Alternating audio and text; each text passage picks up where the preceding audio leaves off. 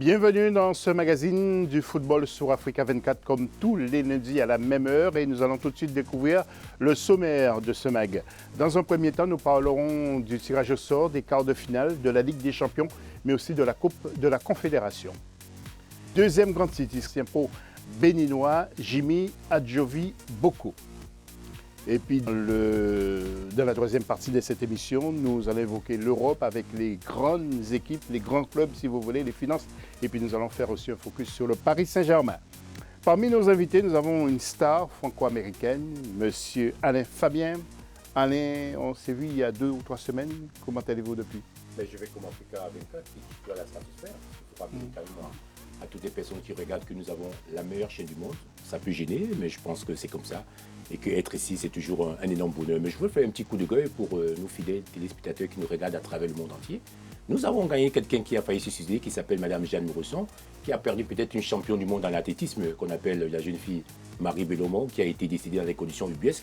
Elle a dit qu'elle est africaine, c'est important qu'on en parle. Et je voudrais faire un coup de gueule pour elle, pour dire que l'Afrique, c'est aussi ça, être solidaire dans des moments de grande désolation causés par une perte. Merci, M. Alain Fabien, qui est d'origine camerounaise. Deuxième invité, c'est M. Sami Mochtavi, qui est donc marocain. Sami, Marrakech. Casablanca. Et puis Karim Baldé, qui est journaliste guinéen, qui bosse énormément. Et on a passé un sacré week-end quand même, entre le judo et la Ligue 1. Beaucoup de choses à voir. Exactement. Bonjour à tous. Tout de suite la une de ce magazine.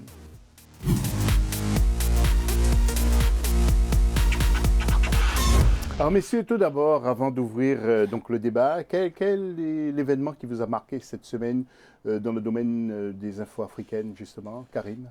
Au niveau sportif, alors, c'est pas l'info la plus marquante, mais puisque j'ai été du coup au Grand Slam de Paris, c'est l'un des grands tournois majeurs de judo dans l'année, surtout en cette année olympique. Je voulais quand même tirer un coup de chapeau à 2 athlètes maghrébines, et notamment Sonia Sela qui a fait un très beau parcours dans les plus de 76 kilos. Elle a raté de peu la finale pour le bronze dimanche, et elle, après une saison décevante l'année dernière, là on sent qu'elle monte en puissance. Elle a été championne d'Afrique il y a quelques années, et elle a été dans la finale pour le bronze, tout comme une autre athlète maghrébine, en l'occurrence Niel Choukrou, qui a terminé à ça près. Elle a pris un point à la toute dernière seconde, mais voilà, ces 2 athlètes ont réussi un très beau parcours dans un tournoi très relevé, et il faut le souligner, il y avait beaucoup de représentants du continent, mais seuls les 2 ont réussi à atteindre le top 5 dans leur catégorie, donc des plus de 78 kilos, exactement. Une Algérienne et une Tunisienne. Et puis je vous ai vu pleurer pour te dire On a tous pleuré. Oui. Sami, qu'est-ce qui vous a marqué? C'est l'information concernant l'annulation du CHAN ou pas? Oui, bon, je pense qu'on va l'évoquer. Je vais laisser notre ami Alain Fabien en parler. Je pense qu'il en parlera encore mieux que moi. Mais non, moi je voulais féliciter le Raja Casablanca. Même si c'est pas une compétition africaine, ça reste un club appartenant au continent africain qui s'est qualifié pour les demi-finales de la coupe des clubs champions arabes en éliminant Alger, le MCA. Ils ont perdu au match retour, mais sur l'ensemble des 2 matchs, ils se qualifient. Donc c'est bien pour la dynamique du Raja qui a de très gros espoirs sur la scène continentale et donc sur la scène arabe pour les prochains mois. Alain Fabien, fake news ou pas concernant, ou bien on veut déstabiliser le Cameroun qui doit organiser bientôt ce CHAN? En 2 mots, Alain. Vous mettez un accent souvent sur des supputations et des conjectures qui sont très ventriloques. Alors, vous avez montré des images qui donnent envie aux gens de prendre l'avion pour aller au Cameroun. Africa 24, si vous regardez, le leitmotiv, c'est de montrer des très belles images d'une organisation, je vous ai dit, dans les préalables féeriques et stratosphériques. Et de là, à commencer à prendre des supputations pour une vérité d'évangile, non. Donc c'est le faux. Cameroun... Non. En 2 mots. Non, dit que c'est faux, le mot est faible. Laissez-moi finir, José, parce que c'est important. Le Cameroun vit une instabilité politique. Il y a des gens qui souhaiteraient que les grandes organisations sportives ne se passent pas au Cameroun. Ceux-là, on les connaît. Mais je ne voulais même plus qu'on suppute. Ce que je voudrais, c'est que inviter le maximum de personnes dans le monde à se retrouver au Cameroun au mois d'avril. On y reviendra. Une fête hors norme. On y reviendra, Alain. Tout de suite, nous allons enchaîner avec les quarts de finale de la Ligue des Champions. Voyons le sujet de Philomène Tine. Une première dans la phase des quarts de finale de la Ligue africaine des champions. Sur l'affiche de la compétition 2019-2020 se retrouvent que d'anciens vainqueurs. À l'issue des tirages au sort, Al Ahly, le club égyptien, fera face à Mamelodi Sundowns d'Afrique du Sud, Zamalek d'Égypte face à l'Espérance de Tunis. Au même moment, Wydad Athletic Club Casablanca du Maroc retrouvera l'Étoile du Sahel de Tunis, tandis que le Raja Casablanca, club marocain, jouera contre le tout-puissant Mazembe de la République démocratique du Congo. Les matchs allés sont programmés pour les 28 et 29 février 2020 et les rencontres retour sont prévues les 6 et 7 mars 2020. Samy, je vous ai entendu faire des commentaires pendant les images. Eh bien, on va voir les tableaux ensemble et vous allez apporter vos premiers commentaires avec l'équipe d'Al Ahly d'Égypte qui va affronter Mamelodi Sundowns. Samy, je vous écoute. Hein. Oui, je vais pas vous cacher que c'est quand même assez attrayant ce tirage au sort. Il y a quand même de très belles affiches qui nous sont proposées. Je trouve que c'est une très belle vitrine pour le football africain. Vraiment, là, c'est car il y a 8 des top clubs africains du moment. Et puis voilà, une petite pensée bien sûr pour les clubs de Casablanca avec un tirage de prestige pour le Raja qui va affronter le tout-puissant Mazembe. Je ne vais pas présenter le tout-puissant Mazembe comme je ne vais pas présenter le Raja Casablanca. Et le Wydad qui sera dans un ballottage favorable face à l'Étoile du Sahel, même si ça reste quand même un tirage difficile. Mais franchement, j'ai hâte de voir ça, j'ai hâte d'en débattre ici avec vous pour les prochaines échéances. Et puis il y a Zamalek contre l'Espérance de Tunis et le Wydad, vous l'avez dit. Et il y a Al Ahly aussi qui va rencontrer Mamelodi Sundowns. Les matchs allés auront lieu les 28 et 29 février, retour les 6 et 7 mars. Messieurs, nous allons enchaîner, mais je reviendrai vers vous tout à l'heure pour la Ligue des Champions et la Coupe de la Confédération. Cette fois-ci avec la Coupe de la Confédération. Philomène Tine également pour les commentaires. En perspective des quarts de finale de la Coupe de la Confédération africaine de football, CAF, de belles affiches s'offrent. Les résultats du tirage au sort effectué par la CAF présentent Enyimba du Nigeria et Oroya AC de la Guinée qui s'affrontent en duel ouest-africain. Dans le choc Zanoko FC, Pyramide AC, les Égyptiens sortis leaders de leur poule avec 15 points sur 18 devront confirmer face à l'équipe zambienne. S'en suivra le duel Renaissance sportive Berkane du Maroc, Al-Masri d'Égypte. Enfin, Al-Nasr Benghazi, club libyen, contre Hassania Agadir du Maroc. Les compétitions de phase des quarts de finale sont prévues se tenir les 1er et 8 mars 2020 en aller-retour. On va voir les tableaux également avec Zanaco contre Pyramids. Al-Nasr affrontera Hassania Agadir, encore un club marocain. Autre club marocain, c'est RS Berkane qui va accueillir Al-Masri d'Égypte. Et puis Karim qui a déjà acheté une caisse de bouteilles que vous connaissez bien pour Oroya qui reçoit Enyamba. Donc il ira Enyamba au Nigeria. Ça va être dur. Exactement. Alors, Karim, on vous écoute pour ce tirage d'écart. Alors du coup, c'est vrai que là, je vais paraphraser ce qu'a dit Sabi en antenne, c'est extrêmement ouvert. Moi, je voudrais quand même faire un petit focus sur le Roya, forcément, patriotisme oblige.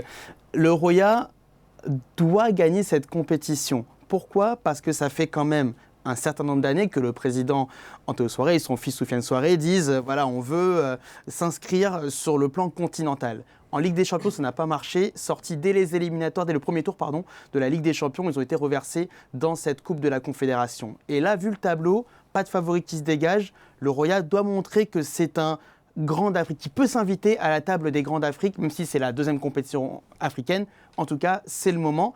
Ils ont passé une première phase assez sereine, on va dire. Donc là, il va falloir quand même mettre les bouchées doubles. Et face à Enyimba, non, une élimination serait très mal perçue au pays. Oui, donc 1er mars, match aller, retour le 8 mars. Alors mon cher Alain, on n'a rien à envier à l'Europe avec ces compétitions. Oui, on n'a rien à envier, sauf qu'il faudra qu'on rajoute les cordons de la bourse, parce que c'est quand même avec les cordons de la bourse qu'on gouverne le monde. Si M. Hamad essayait de mettre encore peut-être 8 millions d'euros sur la Confédération africaine de football pour pouvoir faire 8 millions, vous dites bien. Non, 8 millions. C'est un appel que vous lancez à Ah oui, M. non, Hamad. mais forcément, si on met 10 millions dans cette compétition, je peux vous dire que cette coupe va se jouer de manière à ce que l'Europe commence à comprendre que c'est ici qu'il faut aller chercher. Et la Ligue des Champions et la Coupe des Confédérations. Je veux bien que les équipes soient homogènes, mais je crois beaucoup plus aux équipes marocaines qui ont des très équilibrées et qui ont déjà une dimension de la stratosphère du football européen.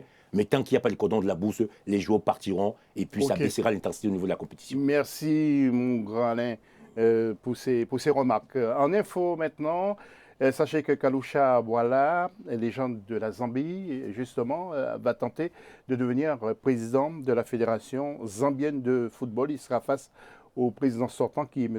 Andrew Kamanga. Et puis Hubert Velud a trouvé une équipe, il va entraîner désormais la sélection du Soudan.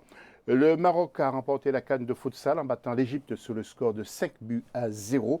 Et puis la Super Coupe d'Afrique aura lieu le 14 février à Doha entre l'Espérance sportive de Tunis et le Zamalek. Vous auriez préféré que le procès ait lieu pour que ça soit un club marocain à la place le club marocain avec qui l'Espérance avait des problèmes? Oui, c'est vrai. Pour oui, la finale.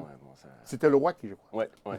Et d'ailleurs, ce sera aussi l'une des affiches des quarts de finale de la Ligue des Champions. Donc, 3 affrontements à quelques jours d'intervalle, ça va être très, très intéressant à suivre. Exactement. Alors maintenant, nous poursuivons nos interviews concernant les jeunes, justement, qui y partent, qui quittent le continent africain pour tenter de faire carrière en Europe. Ils pensent que c'est l'Eldorado. Et justement, nous avons été sur un stade de foot pour rencontrer 2 jeunes. Ils sont ivoiriens. Tout d'abord, je vous laisse écouter Dosso Vanama. Il se présente.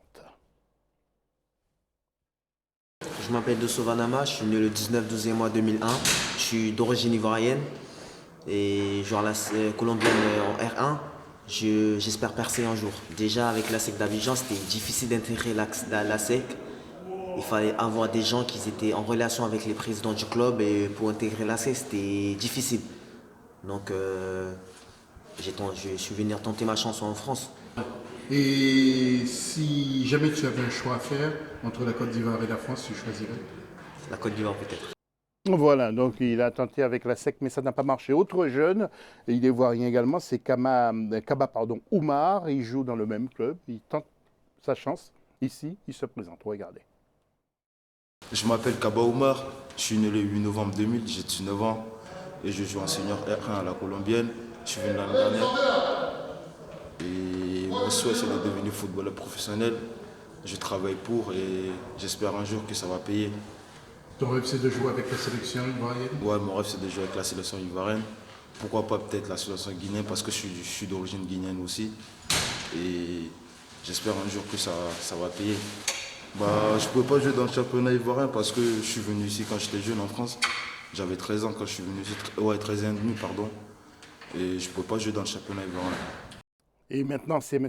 Abdel Aswani, qui est originaire de l'Algérie, qui est entraîneur en région parisienne et nous dit justement, est-ce que ces jeunes ont un avenir certain dans le domaine et la détection où on en est justement sur le continent? Écoutez ce qu'il répond.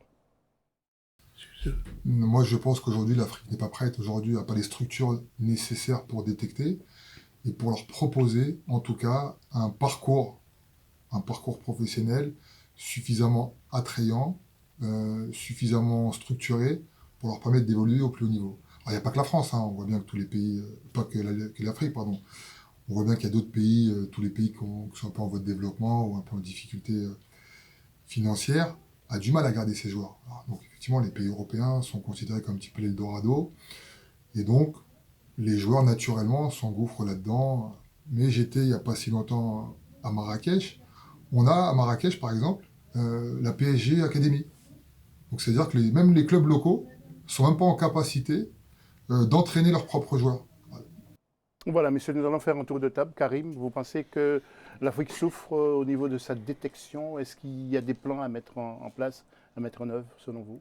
Il y a énormément de choses à mettre en place, déjà au niveau de la détection, et puis ce que beaucoup d'entraîneurs sur le continent reprochent aux fédérations, c'est de ne pas organiser assez de compétitions chez les jeunes, que ce soit des championnats nationaux, U15, U17, surtout U19, ça manque énormément. Donc il manque un chaînon finalement dans l'histoire entre la détection et ensuite l'arrivée dans des clubs et ensuite vers le plus haut niveau pour ceux qui arrivent. C'est vrai qu'au niveau de la détection, on voit souvent, et on l'a vu en Guinée par exemple, et dans d'autres pays, des efforts qui sont faits, mais une fois qu'on sort de la capitale, il y a peu de monde qui va aller dans les régions, parce que ça aussi c'est important, tout est trop centralisé, du coup la détection se fait pas assez souvent au niveau des territoires, au niveau des régions, et donc forcément on passe à côté de talents. Samy, votre point de vue? Oui, moi je voudrais juste pointer le premier interviewé qui parlait de qui n'avait pas réussi à percer à la sec sous peine de contact. Mais c'est là où est le problème. Le talent devrait guider la détection. Et on sait qu'en Afrique, parfois, c'est quand même un vrai problème. Il faut connaître des gens alors que c'est pas du tout normal. Normalement, le talent devrait être la raison principale, celle qui vous fait vous pencher sur un jeune et non pas un jeune qui connaît un tel ou un tel.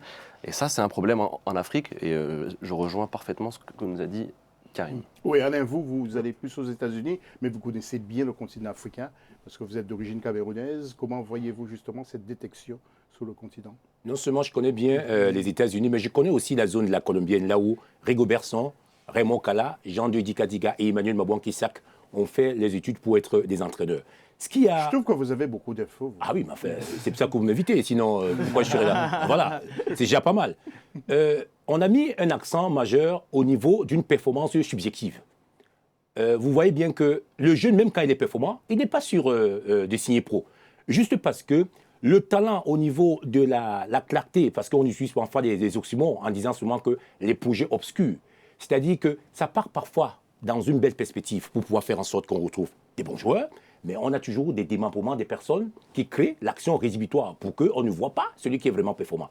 C'est pour ça que Samy parlait parfois des réseaux, réseau familial, réseau Alain, il y a pas aussi une concurrence entre les jeunes. Ça devient quelquefois brutal entre eux parce qu'il y a ceux qui ne veulent pas que d'autres arrivent. Non mais attends, José, déjà pour qu'il y ait une concurrence, il faut qu'elle soit saine. Ouais. La concurrence au niveau de la performance. Je joue au football. Quand vous avez l'impression que vous avez fait beaucoup d'efforts, mais il y aura un moment, on va vous dire que vous n'avez pas fait assez et du coup, ça impacte au niveau de votre système psychologique. Mais il y a d'autres organisations où les choses se passent plus ou moins bien. Si jamais, nous avons un petit côté, c'est ce qu'on appelle parfois le petit malaise africain, mais je pense que comme Africa 24 est l'une des grandes chaînes du monde, on va devoir à travers notre pédagogie essayer d'éduquer les autres. Et il faudrait simplement qu'on puisse être d'accord qu'on converge au niveau de la ligne de la performance stratosphérique. C'est pour ça que des joueurs comme les Samuel Eto'o, les Didier Drogba, ils sont venus en France. Ils n'avaient pas la carte de séjour pour jouer au PSG. Okay. On a dit simplement que vous n'étiez pas des bons joueurs. Didier Drogba, à l'évaloir, on disait que c'était un joueur moyen. Mais après, ils ont fait la carrière que l'on connaît. Comment expliquer que des joueurs à qui on a dit qu'ils n'étaient pas prêts à jouer au football ont eu parfois 4 fois Ballon d'Or pour Samuel Eto'o qui a 4 fois Ballon d'Or africain, Didier Drogba, Ballon d'Or africain. Donc ça évoque quand même en termes de perception de détection au niveau de l'Européen. L'Européen, quand il doit détecter un Africain, il a toujours quelque chose à dire et qui n'est pas une chose très agréable. Merci Alain pour ces précisions. On se retrouve tout à l'heure pour la deuxième partie de cette émission et nous parlerons justement des académies sur le continent. A tout de suite.